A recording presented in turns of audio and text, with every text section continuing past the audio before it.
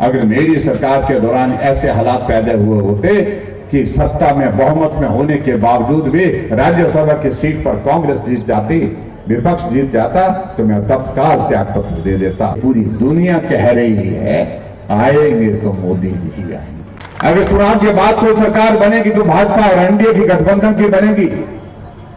अगर चुनाव के बाद कोई प्रधानमंत्री बनेगा तो नरेंद्र मोदी जी देश के प्रधानमंत्री बनेंगे। ये पूरी दुनिया के देशों में इस बात को लेकर के स्पष्टता है, कोई कंफ्यूजन नहीं है। और उस पार्टी के हम कार्यकर्ता हैं जिस पार्टी के नेता के लिए इस प्रकार का भरोसे का, विश्वास का एक वातावरण पूरी दुनिया में खड़ा हुआ है। परिणाम होगा, वोट पड़ेंगे, अभी परिणाम आएगा, लेकिन परिणाम दुनिया ने घोषित कर दिया है, देश ने घोषित कर दिया है कि दीवार पर लिखी हुई इबारत है कि प्रधानमंत्री अगर बनेंगे तो नरेंद्र मोदी जी बनेंगे। हमारा काम बहुत सरल हो गया भाई और बहनों। और दूसरी पार्टी में यह परिस्थिति है कि सीटें बांटने में लगे हैं, अभी तक सीटें भी पूरी तरह से बांट नहीं पाए। कौन नेता होगा ना उन्हें मालूम है ना बाकियों को मालूम। और इसलिए मैं समझता हूं उनके बारे में चर्चा करने की आवश्यकता ही नहीं। लेकिन आज के इस कार्यक्रम के माध्यम में सभी पार्टी के समर्पित कार्यकर्ता यहां इस कार्यक्रम में उपस्थित हैं, सभी का मैं हृदय से अभिनंदन करता हूं। अगर भारतीय जनता पार्टी देश की नहीं दुनिया की सबसे बड़ी पार्टी बनी है तो इसमें सबसे बड़ा योगदान आप सबका है जो यहां पर उपस्थित है, आप सब समर्पित कार्यकर्ता हैं। अगर भारत ने पूरी दुनिया के लिए सबसे लोकप्रिय नेता दिए हैं तो उसमें योगदान सभी भारतीय जनता पार्टी के हमारे समर्पित कार्यकर्ताओं का है। और आज अगर दुनिया का सबसे मजबूत नेता के रूप में नरेंद्र मोदी जी को हम देश के प्रधानमंत्री के नाते देखते हैं तो योगदान भारतीय जनता पार्टी के कार्यकर्ताओं का है। इसलिए आपके उस योगदान को कभी भूला नहीं जा सकता। पन्ना प्रमुख के जिम्मे क्या है? आपके जिम्मे एक पेज, एक पन्ना जिसमें 30 मतदाता होते हैं। कितने अपने हैं, कितने दूसरी पार्टी के हैं, कितने तटस्थ हैं, कैसे उनको जोड़ सकते हैं, उन सारी चीजों के लिए आप सब लोगों को यहां समझाने की आवश्यकता नहीं है। आप सब इस काम को एक बार नहीं अनेकों बार कर चुके हैं। आज हिमाचल प्रदेश में कांग्रेस पार्टी की सरकार है और इस सरकार के 15 महीने का कार्यकाल पूरा हो गया है।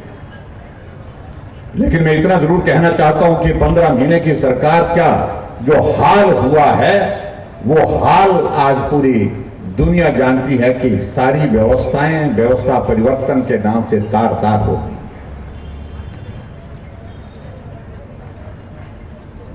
हमसे बड़े नाराज हो रहे हैं कांग्रेस के नेता जब हम कुछ बोलते हैं।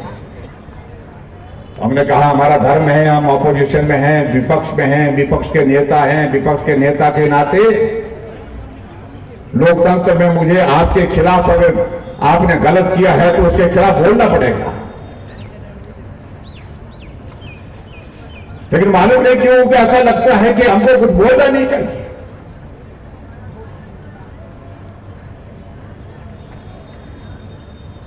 और हिमाचल प्रदेश में जो 15 महीने की सरकार का मुझे लगता कि इससे पहले हमारे साथियों ने भी थोड़ा बहुत जिक्र किया होगा। आज तक के इतिहास की सबसे ऐसी सरकार जिसकी लोकप्रियता जो है वो धरातल में नहीं रसातल में चले गई है। कांग्रेस के विधायक कांग्रेस पार्टी छोड़ने के लिए विवश हो गए, कांग्रेस के नेता कांग्रेस पार्टी छोड़ने के लिए विवश हो गए। और इसमें चंबा वाले तो बहुत फायदे में रहे भाई और की। मैं बधाई देना चाहता हूं कि राज्यसभा की एक सीट का चुनाव था और भाई हर्ष महाजन जी को हमने यहां से जो यहीं इसी विधानसभा क्षेत्र से विधायक रहे हैं, मंत्री रहे हैं, हमारी पार्टी में आए हैं, उनको चुनाव के लिए खड़ा किया। कांग्रेस के नेता कहने लगे क्यों मजाक कर रहे हो, कुछ नहीं होने वाला। हमने कहा कुछ नहीं होने वाला तो आप चिंतित क्यों हैं, परेशान क्यों हैं? ज्यादा से ज्यादा फर्क होगा तो 1 वोट का फर्क होगा, 2 वोट का फर्क होगा, इससे ज्यादा कुछ नहीं होगा। और हमें कहने लगे आप कितने हैं? हमने कहा हम तो 25 हैं, जितने हैं उतने हैं। बोलते आप कितने हैं मालूम है? हमने कहा कितने हैं? हम तो 40 + 3 43 हैं। कहां पहुंचोगे, कैसे पहुंचोगे? हमने कहा वक्त पहुंचा देता है, चिंता मत करना। हमने कुछ नहीं किया। जो बातें कह रहे हैं, जो आरोप लगा रहे हैं, वो सारी फ्रस्ट्रेशन है। वो जो एक तरह की जिसको बोल सकते हैं, जिसको जो परेशान हो करके अपनी भड़ास निकाल रहे हैं कांग्रेस के नेता। लेकिन हकीकत यह है कि वो विधायक बोलते रहे, चिल्लाते रहे, कहते रहे, बात सुनो, हमारी बात मानो। नहीं मानी गई। कांग्रेस पार्टी की अध्यक्षा भी इस बात को कहने लगी कि काम नहीं हुए, ना कार्यकर्ताओं के, ना नेताओं के, ना लोगों के काम हुए। लोगों के बीच में वोट मांगने के लिए जाएंगे कैसे? और उन्हें ऐलान कर दिया कि मैं चुनाव नहीं लड़ूंगा। हमने तो कुछ नहीं किया। कांग्रेस के मंत्री मंत्रिमंडल से त्याग देकर के, त्याग पत्र देकर के बैठे। इसमें भी हमारा योगदान है क्या? कांग्रेस का मंत्री मंत्रिमंडल की बैठक से रोते रोते, आंसू बहाते बहाते बाहर निकल रहे हैं। इसमें भी हम दोषी हैं क्या? क्या इतना भी अनुभव नहीं सत्ता का? जो है ये सुख की सरकार का, सत्ता का जो असर इस कदर हो गया दिमाग, दिल पर, दिल और दिमाग पर कि किसी को समझने की आवश्यकता ही महसूस नहीं। और आखिरकार एक दिन आया, जिस दिन आया कि राज्यसभा का वोट पड़ना था, उन 6 विधायकों ने कांग्रेस पार्टी के बैठ करके तय किया कि हो गया, बहुत हो गया, अब आगे बढ़ना चाहिए। और उन्होंने चोरी छुपे वोट नहीं दिया भारतीय जनता पार्टी को।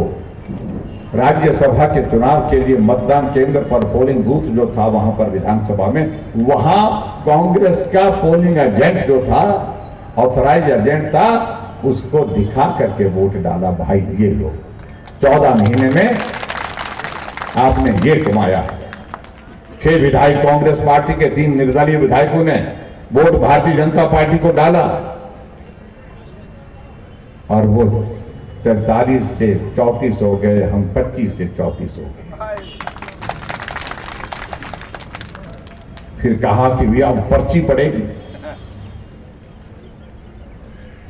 हमने कहा ये पर्ची वाला काम तो बहुत पीड़ा वाला है, लेकिन भरोसा था एक बात का लेकर के कि जीत हमारी होगी, क्योंकि जो कांग्रेस का कैंडिडेट था वो कैंडिडेट था जिसने कहा कि रामचंद्र जी अयोध्या में पैदा हुए, इस बात के सबूत लेकर के आओ। ये वही वकील थे जो राज्यसभा के कैंडिडेट थे कांग्रेस पार्टी के, जिन्होंने कहा राम का अस्तित्व नहीं है। किसने देखा? भगवान रामचंद्र जी ने अयोध्या में जन्म लिया है। 25 साल तक इसी दलील के साथ सुप्रीम कोर्ट में वो लड़ते रहे। तो हमने कहा भगवान रामचंद्र जी, परीक्षा आपकी भी बहुत लंबी हो गई, हमारी परीक्षा तो कुछ पलों की है, इस पल में साथ दीजिए। और होए वही जो राम रची राखा, पर्ची निकले तो हर्ष महाजन जी राज्यसभा के सांसद बनकर के दिल्ली चले। ये क्या हो गया, कैसे हो गया? चीखते रहे, चिल्लाते रहे। हमने कहा कुछ नहीं हुआ, ये राम भक्तों की विजय हुई। ये संदेश इस देवभूमि हिमाचल प्रदेश की जनता की ओर से, हिमाचल प्रदेश की देवभूमि की ओर से मुख्यमंत्री को है, जिस मुख्यमंत्री ने कहा कि 98% हिंदू होने के बावजूद उस पार्टी को हम हरा करके आए। इसलिए मैं इससे ज्यादा कुछ नहीं कहना चाहता हूं। आजकल कुछ कह रहे हैं, बहुत कुछ कह रहे हैं, और वो बौखलाहट है। उनकी सारी हालात को, सारी परिस्थिति को हम समझ सकते हैं।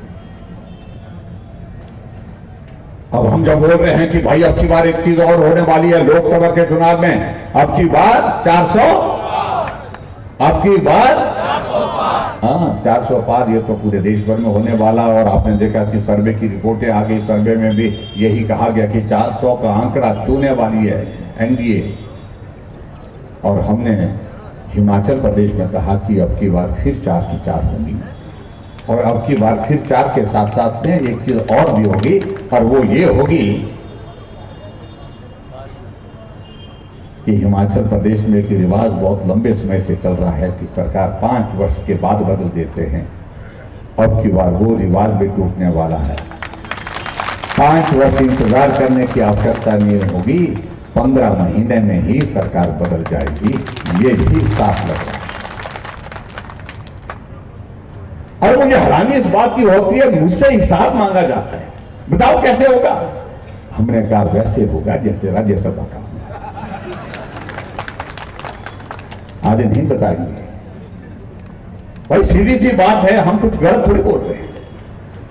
9 सीटों पर चुनाव होगा, 6 सीटें उसमें घोषित हो गई है जहां चुनाव होना है, और 3 सीटों पर हमारे विधानसभा के अध्यक्ष महोदय जो है वो कुंडली मार करके बैठे हैं कि मैं त्याग पत्र स्वीकार नहीं करूंगा। 6 विधायकों को 24 घंटे के अंदर सस्पेंड कर दिया। सस्पेंड नहीं किया है, उनकी सदस्यता समाप्त कर दी। लेकिन 3 निर्दलीय विधायकों को जिन्होंने कहा कि हम भी विधानसभा के अंदर भारतीय जनता पार्टी के विधायक बन करके ही प्रवेश करेंगे, निर्दलीय विधायक होकर के नहीं जाएंगे, क्योंकि जितना प्रताड़ित किया है वर्तमान सरकार ने, उनके परिवार के खिलाफ मामले दर्ज कर दिए गए, उनको धमकियां दी गई, आते हो कि नहीं आते हो, नहीं तो देख लेंगे, ऐसी बातें कही है कांग्रेस के नेताओं ने। इसलिए उन्होंने कहा लीजिए हम भी त्याग पत्र देंगे। एक विधायक 5 वर्ष के लिए चुना जाता है, और जब वो चुन करके जाता है वो इसी भाव के साथ है कि 5 वर्ष तक में लोगों की सेवा के लिए हो। लेकिन ऐसे हालात क्यों पैदा हो गए कि चुने हुए विधायकों को के ऊपर इस प्रकार से आपने हालात पैदा कर दिया सरकार ने उनके खिलाफ, कि उनको 14 महीने के बाद उन्होंने कहा कि हम त्याग पत्र दे देते हैं, विधानसभा के अंदर फिर से चुन करके आएंगे और भारतीय जनता पार्टी के टिकट पर चुन के आएंगे, मोदी जी को मजबूत करने के लिए जीत करके आएंगे, भाजपा की सरकार बनाने के लिए जीत करके आएंगे। कैबिनेट की पहली बैठक में 1500 रुपए देने का फैसला करेंगे। 1500 रुपए आपको जो है जनवरी के महीने से मिलना शुरू हो गए। 15 महीने बीत गए, एक भी महिला को 1500 रुपए मिले नहीं। और जब 15 महीने के बाद लोकसभा का चुनाव आ गया तो फार्म भरने का काम फिर शुरू हो गया, और कह रहे हैं कि जयराम ठाकुर ने रोका है। मैंने तो कोई बाढ़ तो नहीं दिया है, मैंने रोका तो नहीं है।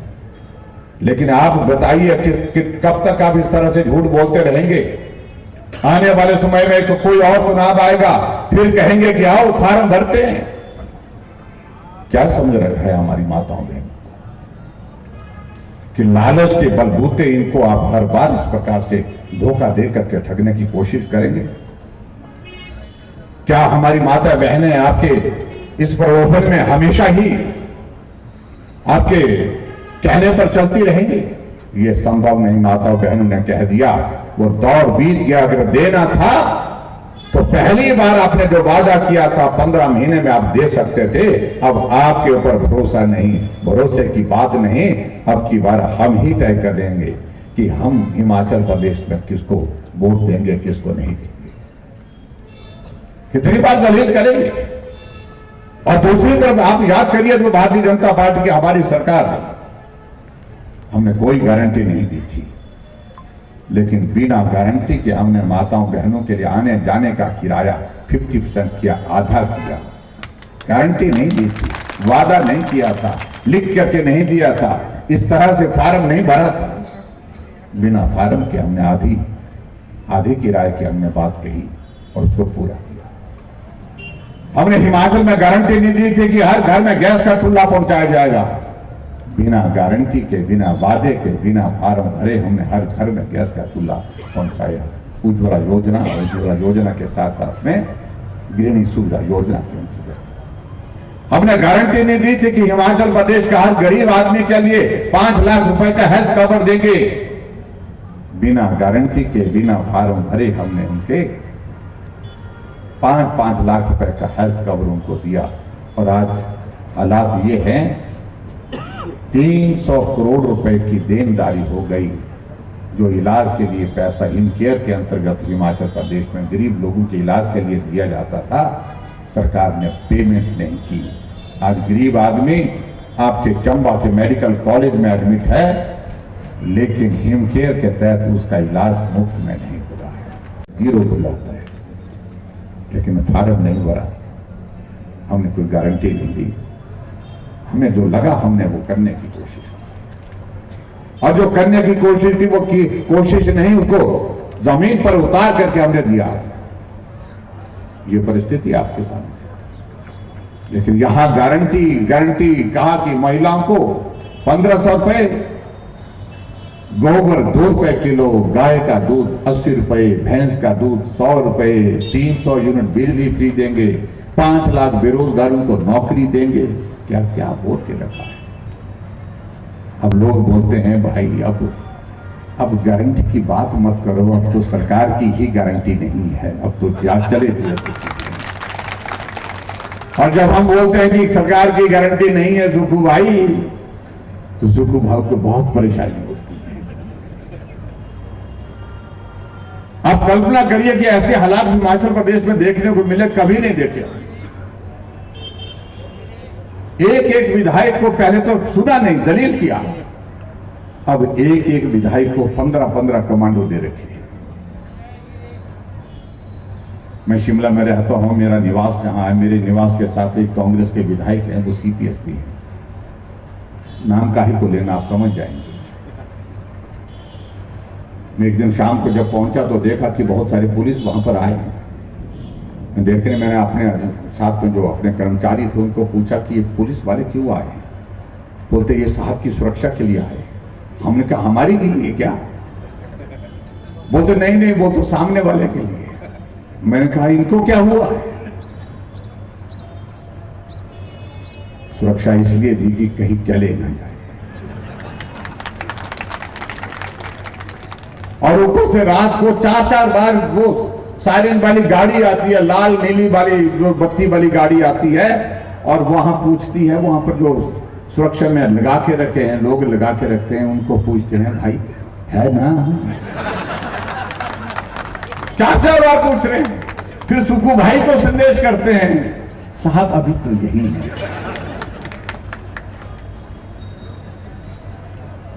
तमाशा बन गया हिमाचल प्रदेश।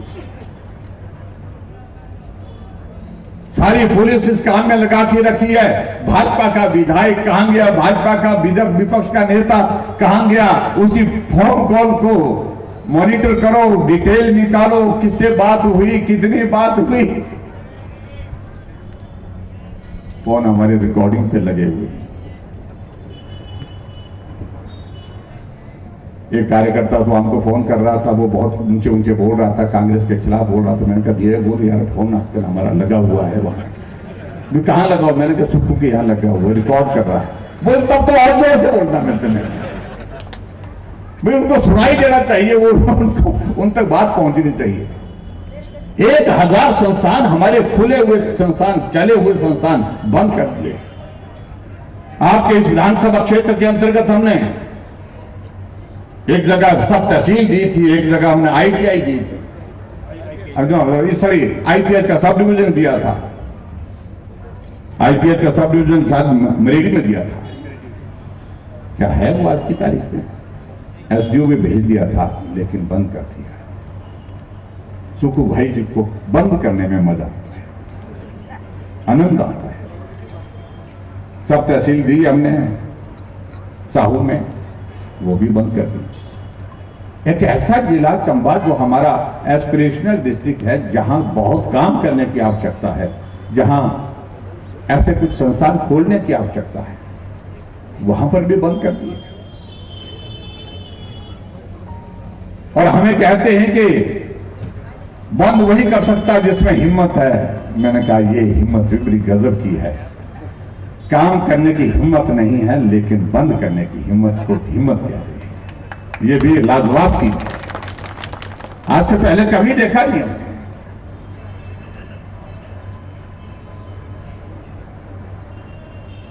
इसलिए प्रदेश सरकार के बारे में तो मैं यही कहूंगा कि ये सरकार भाई और बहनों, अच्छा मानो कांग्रेस के लोग, चाहे बुरा मानो, ये तो गई और हर हालत में गई, कोई नहीं बचा सकता।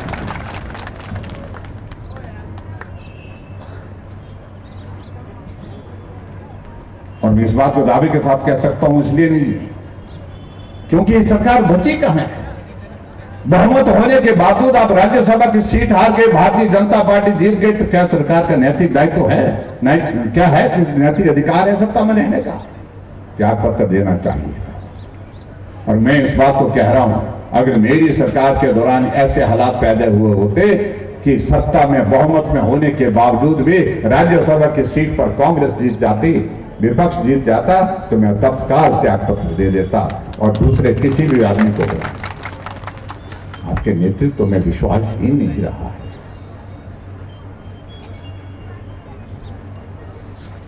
विधानसभा के अंदर बजट पास हो रहा था और बजट पास करने के लिए जो बहुमत चाहिए तो वो उनके पास था नहीं। और यहां के ही हमारे विधानसभा अध्यक्ष महोदय की बहुत कृपा हुई। सरकार पर मैं कुछ कहना नहीं चाहता हूं कि क्या किया उनने। जिस दिन बजट पारित होना था, सबसे पहले भारतीय जनता पार्टी के 15 विधायकों को सस्पेंड कर दिया और 100 कमांडो बुला करके हमको उठा करके बाहर भेज दिया, तब जाकर के बजट पास हुआ। देश में कहीं किसी विधानसभा में इस प्रकार का इतिहास नहीं होगा। जिस दिन बजट पारित होना है उस दिन विपक्ष के विधायकों को सस्पेंड करके बात कर दिया। उनको बहुमत नहीं था, सरकार गिर जाती अगर बजट पारित न होता। तो इसलिए बहुत सारी चीजें इस तरह की हुई है जो आज से पहले कभी नहीं हुई है। और कानून व्यवस्था में जिस तरह के हालात पैदा हुए हैं वो आपके सामने। मैं कल पालमपुर गया था और पालमपुर में एक 20 वर्ष की नौजवान बेटी जो पोस्ट ग्रेजुएशन की पढ़ाई कर रही है, बस स्टैंड पर त्राट से काट करके 10 प्रहार, 10 से भी ज्यादा प्रहार उसके ऊपर किए। वो बेटी मौत और जिंदगी के बीच में जूझ रही है।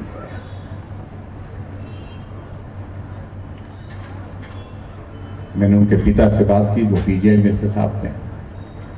उनके परिवार वालों को गांव में उनके घर में मिलने के लिए गया और मुझे हैरानी हुई इस बात को लेकर के जब मुख्यमंत्री बयान दे रहे हैं कि कारणों का पता करना पड़ेगा, उस लड़के ने क्यों किया। अरे पता तो करी है, वो तो जांच में मालूम भी हो जाएगा। लेकिन जिस प्रकार से वहां पर उस बेटी को वहां पर सड़क पर तड़प से छोड़ दिया, पुलिस 100 मीटर की दूरी पर थी। वहां पर पुलिस का थाना 100 मीटर की दूरी पर था। पुलिस उस बेटी को उठा करके हॉस्पिटल नहीं ले गई, लोग उठा करके ले गए। बहुत विचित्र लगा देखने में, सुनने में।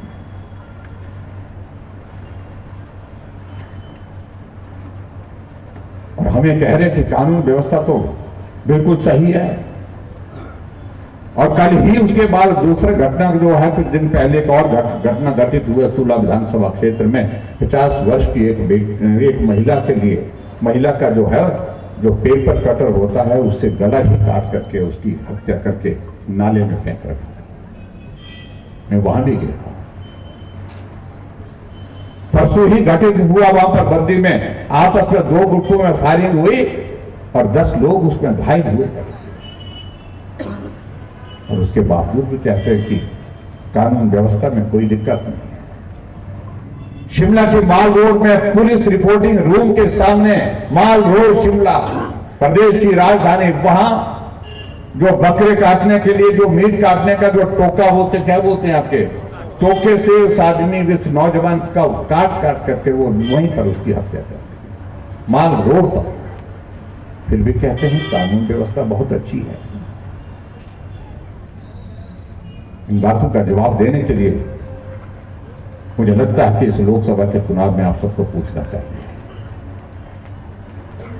बाकी जहां तक भाई और बहनों, एक बात मैं जरूर कहना चाहूंगा कि आने वाले समय में आदरणीय प्रधानमंत्री नरेंद्र मोदी जी ने जिस प्रकार से एक तय किया है कि 1 दशक इस देश में मूलभूत चीजों को खड़ा करने के लिए कोशिश की है। ये भारत इस तरह से था जहां सम्मानजनक स्थिति में भारत की तरफ कोई अंतर्राष्ट्रीय स्तर में जहां कोई भी कार्यक्रम होता था, नेता देखता नहीं था। भारत है खड़ा है तो खड़ा है। भारत के प्रधानमंत्री खड़े हैं तो खड़े हैं। उस तरफ न कदम बढ़ते थे, न हाथ बढ़ते थे आगे मिलने के लिए, न मिलाने के लिए। लेकिन आज हमारे लिए प्रसन्नता का विषय है कि आज भारत के प्रधानमंत्री नरेंद्र मोदी जी कहीं भी किसी अंतर्राष्ट्रीय मंच पर खड़े होते हैं तो कदम भी आगे बढ़ते हैं, हाथ भी आगे बढ़ता है उनसे मिलने के लिए। ये अंतर है जिस अंतर को समझने समझाने की जो कांग्रेस के नेता बोलते हैं कि कुछ नहीं है।